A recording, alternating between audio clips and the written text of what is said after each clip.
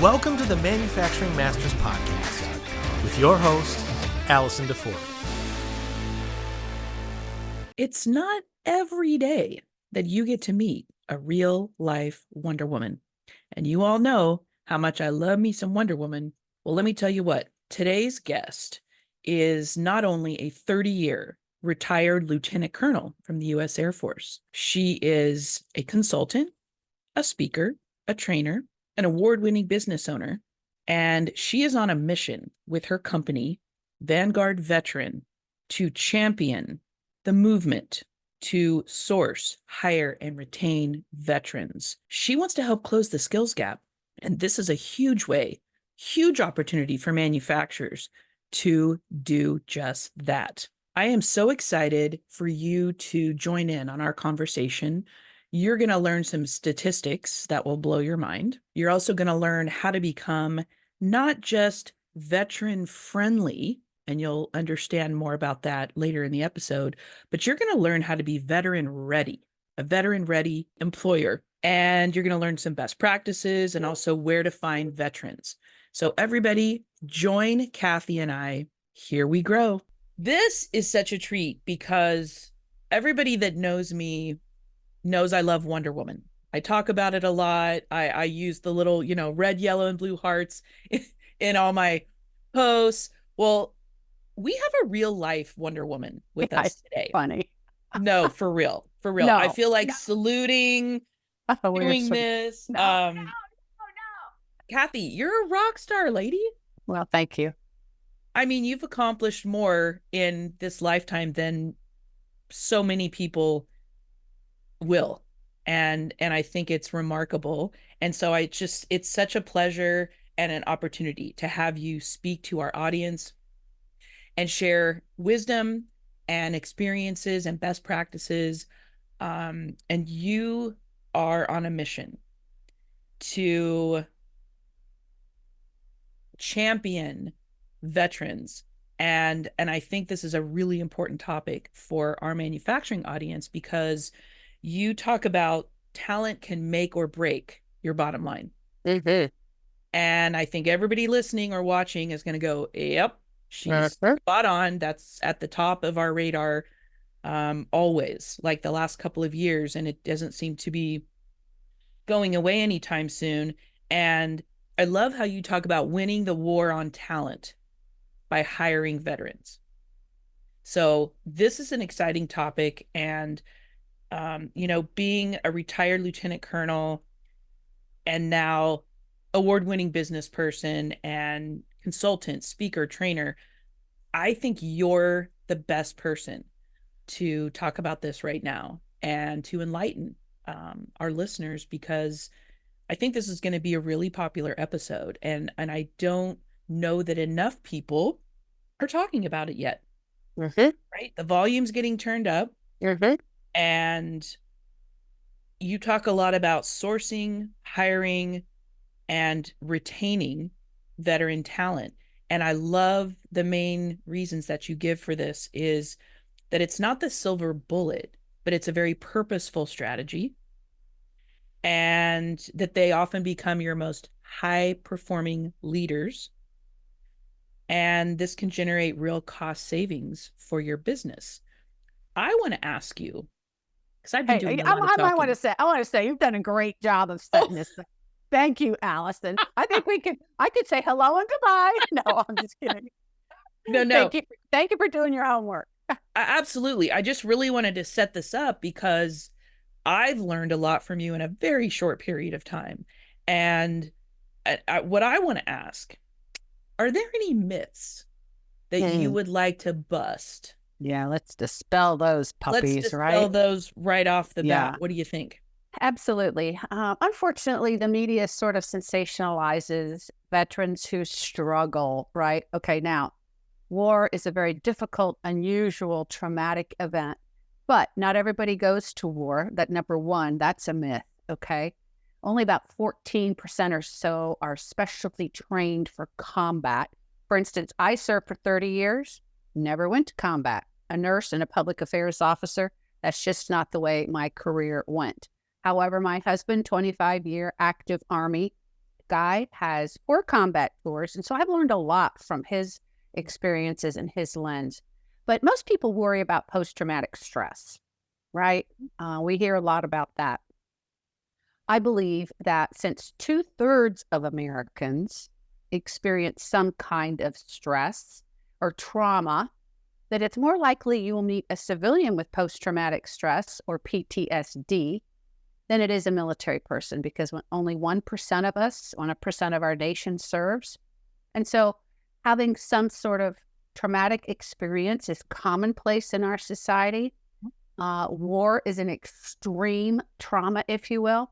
But even if somebody does have post-traumatic stress disorder, it's not the end of the world, right? I mean, we learn to manage our triggers. We can live full, productive lives.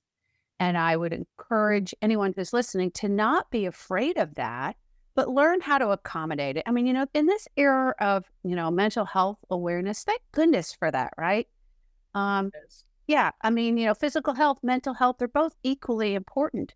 I had an employer tell me one time, not about PTSD, but just the general concept is, if I'm hiring somebody who potentially is going to deploy, I'm going to have to make accommodations. And he said, I am very willing to make accommodation for a military person because of how military service strengthens skill sets, attitudes, attributes, values. I want to make accommodations for a military person because I know what I'm getting and they're going to be loyal, productive employees. It's really the same thing with, PTSD. So that's the first one, is don't let that scare you away. And, provide support services, employee assistance programs, get to know your veterans so that you can, sense when they're off, because a big piece of our culture, Allison, is we don't ask for help. We'll sit there and suffer in silence. Right. I've done that. Well, and most, many people will. There's a lot of stoicism, but, military people in particular are particularly stoic. I mean, we have this attitude, you got to get the job done, no matter what the cost. Yeah. And so it just takes a sensitive employer to be aware of that. So that's one thing. The other kind of myth or misconception is that, all those military people are so direct and all they do is bark orders, okay? Like a drill sergeant-like mentality. Right. Okay, again, very few of us are drill sergeants. We believe that leadership is influence, nothing more, nothing less, that leadership is situational. However, in the military, because of the demands of the mission and the high stakes involved potentially in the mission, that is losing lives, lots of expensive equipment, okay, we have to be very goal-directed, task-directed, and know what our role in the team is and get it done right the first time. And sometimes that requires a very direct, clear, focused speech so that the team knows exactly what to do when. But, that doesn't necessarily work in the civilian sector. And so it's very appropriate to coach and mentor someone who, may have come out of a pretty intense work environment in the military, that it really doesn't have to be that intense in civilian life. So offer feedback early and give that person an opportunity to correct. We are used to getting feedback. Most of us are fairly thick-skinned. And come on, we want military veterans to succeed when they leave military service. So anything you can do to help them do that is very much appreciated. And then the other, I think, important one is military people can be very creative, okay? In a hierarchical environment where you may be used to potentially, and I say this loosely, barking orders and executing orders, I want people to understand that we are not robots, okay? That we can think creatively. We are good critical thinkers and problem solvers. And just imagine someone who goes to the battlefield and you have this battle plan, right? Well, battle never goes according to this battle plan. There's, contingencies. And so, not only a battle, but because of some of our scarce resources, let's say you're working in a mechanic shop, let's say parts are late, let's say funding is reduced. I mean, does that sound like a manufacturing shop, right? I mean, that's what military people in many cases, I mean, the government shuts down, or the government's not going to be able to pay our wages. And so we have to be very adaptable and creative, oftentimes, most days, to meet mission, to do our job. So PTSD is around, but don't let that scare you off. We have a direct communication style that can maybe be a little bit enthusiastic or a little bit loud. Deal with it, temper it, coach those people, and then, expect them to be critical thinkers, problem solvers, and creative. I'm wondering too, do you feel like movies and the media have skewed these ideas of PTSD? Because of course, when there's a movie, there's somebody that has this major trauma and they've got to overcome it. So that's the storyline, right? That's the storyline. And then that makes it compelling and interesting. And, as a healthcare provider, man, I watch, TV shows about, the ER or what's going on. And I tell you what, it's so over dramatized, right? I mean, it pulls you in and it makes a good story. But that's kind of how I see the struggles of veterans generally, that it makes a good storyline, but it's over dramatized. Right. Yeah. So I think that's really good to talk about, because I think most of us have a skewed perception of PTSD, obviously, and I love the statistics that you gave. My former brother-in-law of 20 years, he's a retired master gunnery sergeant from the Marines and was in for 32 years. And I saw him, I think it was 8 to 10, at least, combat missions. It was a lot. And he came back different each time. And so I was very close with that. But the numbers that you shared, only 14% around of our military even go into combat. That was eye-opening for me. Well, and about 20% of combat veterans of Iraq and Afghanistan veterans, according to the VA, have post-traumatic stress disorder. Now, some would challenge that number seems maybe a little low, but that's the statistic, the official statistic that the VA puts out. And so military service can be stressful, notwithstanding going into combat. Right. So, but I want to emphasize, Allison, that most military people are highly resilient, adaptable, and have strong coping skills. Okay. It does our service members and, frankly, employers a disservice to think otherwise, because this rock star talent that veterans are, that, to come to manufacturing or any work setting, the people ahead of their game, so to speak, are going to understand what veterans bring, are going to give them an opportunity. They're going to hire for aptitude and character and train. We're so trainable. Yes. We get up to speed quickly. We become high speed. I love that term, high speed employees, pretty fast. Although the literature suggests that underemployment continues to be a challenge, that we are half as likely to become a director or a VP, according to LinkedIn. One source suggests that we are 15 times more underemployed than our non-civilian counterparts. And that's because of some of these gaps, the communication gap, the professional development or lack thereof, and maybe not knowing good retention tactics once you hire a veteran, and just some of the differences in military and civilian culture. So we still have a lot of work to do. But the good news is unemployment is consistently less than civilian unemployment. In January, unemployment for veterans was 3% and civilians was 3.6%. So the demand for veteran talent is really fierce. and getting more so. So we need to be talking about this a lot in manufacturing because veterans' skill sets are magically almost aligned with the needs of manufacturers. So we need to, really get more and more veterans working in the manufacturing setting.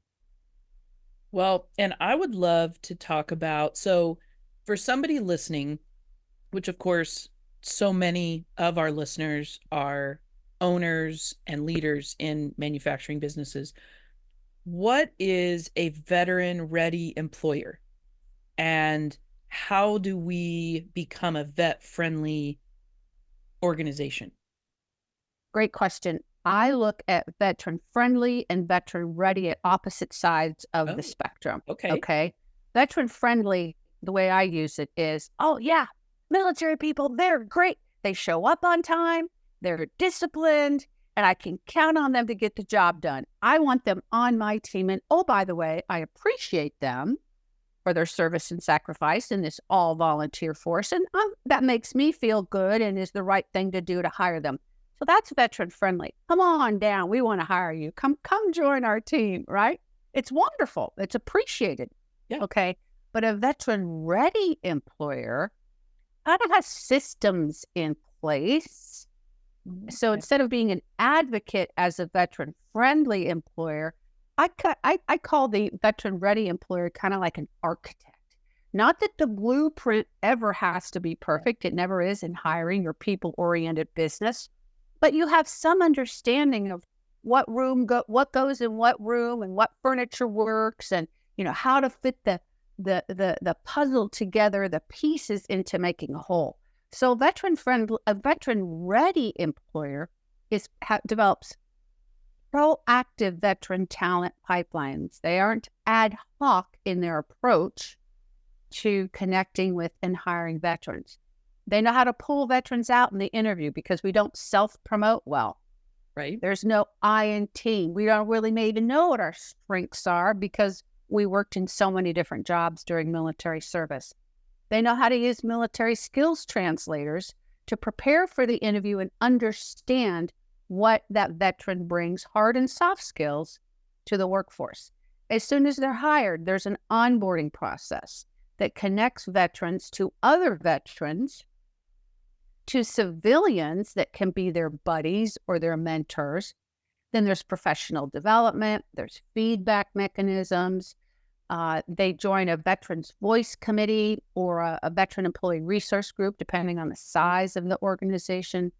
Veterans feel like they belong, they're included. The company, potentially celebrates, military holidays. The messaging outside the organization is relevant and pertinent to the words and the values that veterans appreciate. Okay. Messaging on your website, messaging on social media, celebrating your current veteran hires.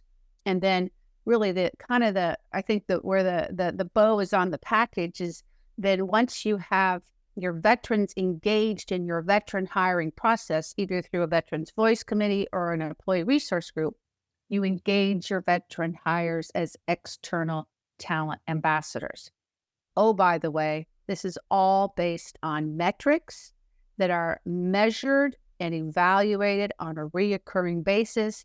HR is talking to talent acquisition.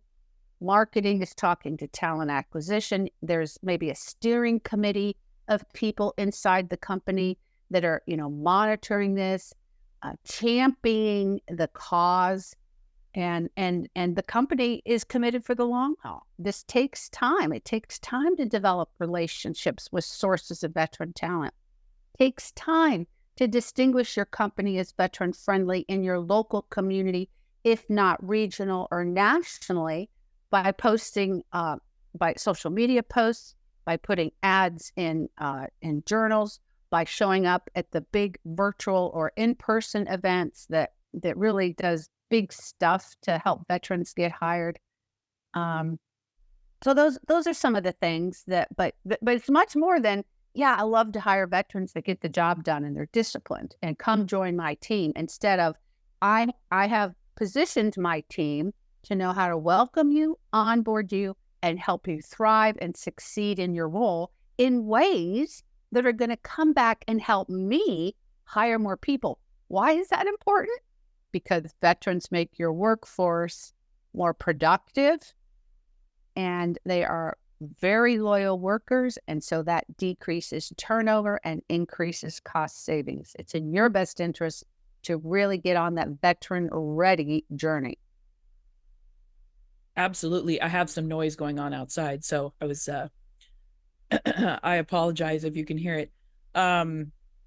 This is exciting, and I always talk to manufacturers about differentiating themselves.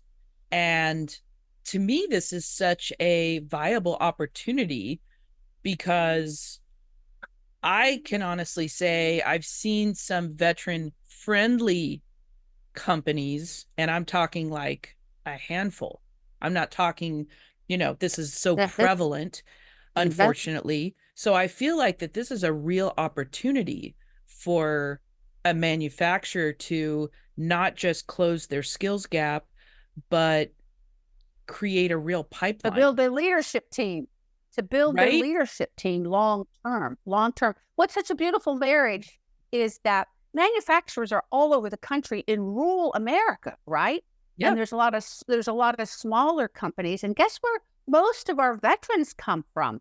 Rural America. I mean, it brings tears to my eyes to think of the potential. I encourage any company who wants to hire veterans to go out and seek them out in your local community. That's really important. Find out where the sources are, and I can kind of help guide you on that. But, veterans bring operational discipline, a safety mindset, high emphasis on, quality assurance. They're critical thinkers. They have technical aptitudes. Many of them have worked with, have worked with mechanical things or can learn. They're easily trainable. I mean, we train, and train some more. I had a female friend of mine. She was a graduate from the Air Force Academy, out of the cockpit for 2 years as a pilot. Okay. She came back and she said, Kathy, it was like riding a bike. Now that blows me away because of all the knobs. And, I'm just like, whoa, what is all that? But she said, I got in that cockpit after 2 years being absent. She said, that's what the technical training did for me. I can just, get right in there and do it. So that's just an example of how adaptable we are and how really great the manufacturing setting is for veteran talent. I remembered what I wanted to say now. You were talking about timing and how a manufacturer can distinguish themselves as a veteran-friendly, even better, a veteran-ready employer. And this really, I think in the manufacturing industry in particular, is pretty much in its infancy. Heroes Makes America was founded by the Manufacturing Institute, and I think 2019. I hope I got that right. That's just a couple years ago, okay? Yeah. And so what the National Manufacturing Institute is doing is going to large bases, identifying veterans to train in manufacturing-related skill sets. Saw an email come in today, said they have something like 750 veteran resumes that manufacturers can pay for to review. So that's some really good stuff, right? That's exciting. The semiconductor industry has something called Vet Works. I think I got that right. But that's only been around. They had their first in-person hiring event in Phoenix within the last year, okay? So, and then another sort of anecdote or variable that tells you kind of where we are on this veteran hiring journey. The Society of Human Resource Management started it's called Vet Certificate, Veterans Work Certificate, which is free. That only came about in like 2019. So some of our biggest professional organizations have really only gotten, jumped on the bandwagon, so to speak, within the last, 4 years, 5 years. So the work that you're doing here today, Allison, is really important to elevate the awareness and the value of veteran talent, in particular in manufacturing, because veterans will help your company get where you need to go and build that strong leadership and productivity for the future. Absolutely. This gets me so fired up. I, We're getting to the end, and I want to help our listeners know where, and I think you've already answered this a little bit. Where do our listeners find veterans? Like, what could you like recap? What are some of the where should they look, and resources that they could tap into? okay, there are local, state, and nationwide resources, job boards, career fairs, nonprofits, for profits. What I would do is start in your local backyard and identify your active duty military bases, identify your reserve or guard bases, and be persistent. Look it up on the website. You can find transition assistance programs or employment programs at local bases and contact them and say, how do I get in touch with transitioning service members? Oh, by the way, the Marines, the Army, the Guard all have their own unique sources of veteran talent. They have kind of their own programs to help transitioning service members connect with employers. There's Wounded Warrior. There's VA work programs.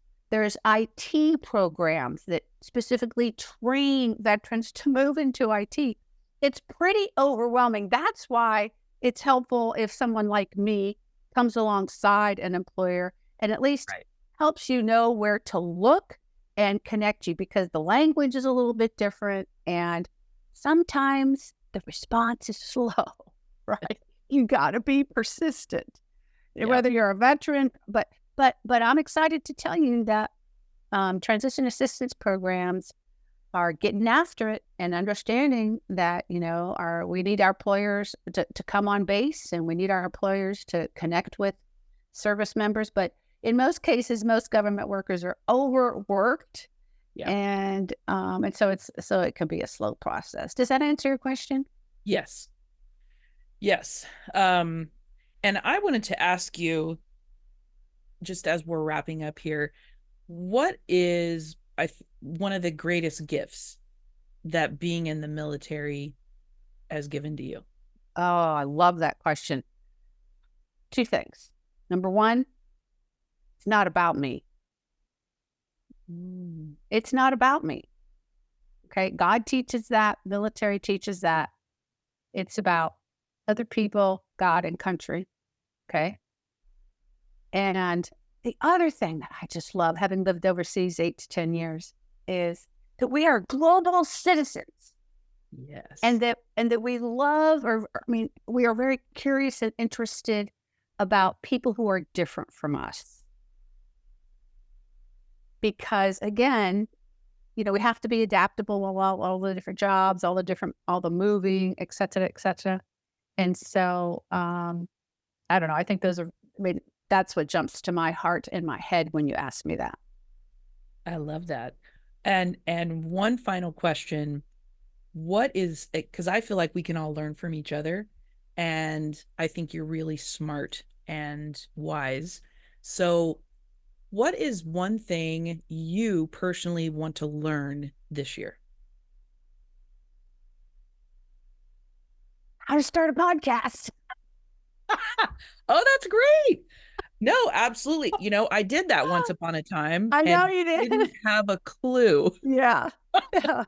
I would love to Now feature someone. Yes, I want to feature civilian veteran champions in all walks of life, predominantly employers, who will come on and tell their stories about, the opportunities, the challenges, the successes of hiring veterans, and also of supporting veterans in the community, in your congregation. Not whose responsibility is it in our society to equip civilians to become veteran champions, Allison? I'm asking you this question. Whose job is it to help citizens understand military culture, to help citizens understand how to support veterans beyond thank you for your service, beyond care packages? Whose job is it to say thank you, to reinforce, to encourage, to reward civilians for going beyond thank you for your service? Whose job is it? Military? No. The military has a job. They have to perform national defense. You know, they're doing some good work. The VA is doing some good work, but there's not a laser-like focus of any department to really harness the capability of our civilians so that we both win. My tagline is join the veteran champion movement and be a part of the win. And because we're closing, I'd like to invite everybody to read my book, Beyond Thank You for Your Service, the Veteran Champion Handbook for Civilians. It's available on Amazon and features nearly 20 civilian veteran champions, mostly Ohioans. It's chock full of practical strategies from wherever you sit in society for employers, lawyers, healthcare providers, educators, clergy, to help you, and community leaders to help you know how to do more. And then I'd also like to invite everybody to Veteran Talent Academy. It's offered twice a year in April and September, virtual and in person in Phoenix. It's a great way to jumpstart your veteran hiring initiative for a very reasonable investment and to start learning best practices. I love that. So it's on each of us. And what I encourage you to do when you say it's on each of us, what that means to me is you make a commitment to getting to know people who are serving or have served, and oh, by the way, they're family members, but start working on developing trusting relationships, because 55% of Iraq and Afghanistan veterans feel disconnected from mainstream America. And when the military force is 85% men, how do you think the 15% women feel if most of the guys feel disconnected? Right. How do the women feel? We have kind of different life experiences. You know, our mindset's a little bit different. And so do what you can to slowly develop trusted relationships with people who are wearing or have worn the uniform. Thank those Vietnam veterans for what they have done, but, kind of make a commitment to supporting transitioning service members in substantive ways. And if you ask someone, how can I support you? How is your transition to civilian life going? And they offer something that they would appreciate, please follow through and do it. Otherwise, you've really missed a chance to build that trusting relationship. And it really does more harm than good, because they already feel kind of disconnected and out of place. And, what a shame, Allison, for people who chose to wear the uniform, who chose to protect and defend freedom. It just isn't right, So we really need civilian veteran champions who understand a little bit of that in their community or at work and are willing to take a stand and make things better for those who've done so much for us. I completely agree. And I feel like I've learned a lot today. And I think that's the reason that you named your book Beyond Thank You for Your Service, because how many times do we simply say that to somebody? We mean it, but then I think there's that next level of support that's missing, and we can all participate. Absolutely. No action is too small. Everybody can do something. This isn't rocket science. It's people science. Yes. I encourage you to read the book and, join us on the Veteran Champion movement. Well, Kathy, thank you for being here and for spending some time with us, and for all of your life experiences and your courage, and for your service and beyond. Thank you, ma'am. I appreciate you taking interest in this very important topic. It's most appreciated. And for you listening and or watching this, thank you. Thank you for what you do every day. I'm positive that you don't get told enough that the work that you do matters a great deal. And thank you for supporting families and communities and our nation with the amazing work that you do. And By golly, if you're not already subscribed to this, head on over to Apple. Please do that. And if you feel like this is something worth listening to or tuning into, leave a review. It lets other people know that this is worth it for them as well. So thank you so much, and we'll see you next time. If you're not already, subscribe to the Manufacturing Masters podcast on Apple Music or Spotify. And for a deeper dive, head on over to manufacturing-masters.com. It's everything they never taught you in school.